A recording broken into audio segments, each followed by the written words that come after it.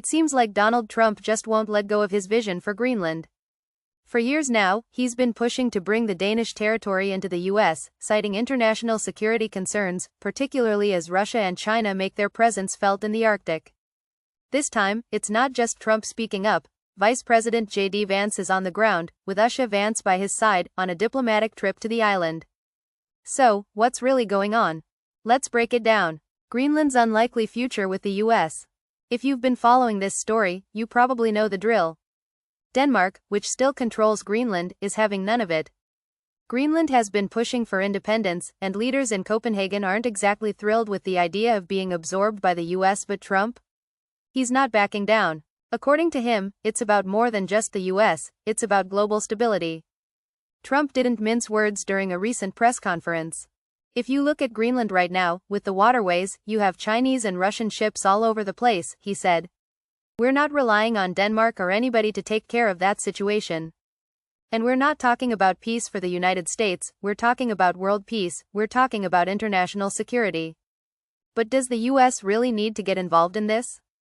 And if so, why Greenland?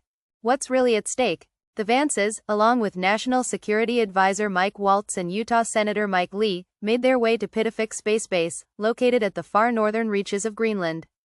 It's a key spot for the US military, home to the 821st Space Base Group, which is responsible for missile defense and space surveillance. This isn't just a tourist trip, the visit has serious military and strategic implications. However, tensions are running high. The Trump administration's repeated attempts to secure Greenland for the US have been met with fierce resistance.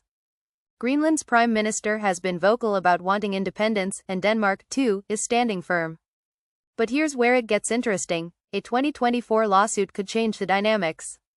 Indigenous women from Greenland are suing Denmark, accusing officials of coercing them into having intrauterine devices fitted without their consent back in the 60s and 70s.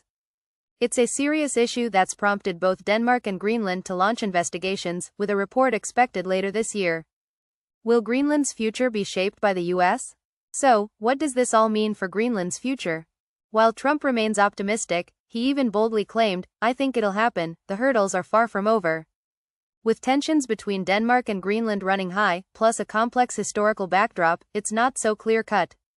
For Trump, securing Greenland isn't just about expanding US territory, it's about gaining strategic leverage in the Arctic.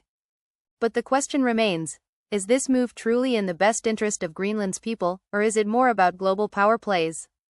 Only time will tell. But one thing is for sure, this debate is far from over, and it seems that Trump, along with his team, is determined to see it through.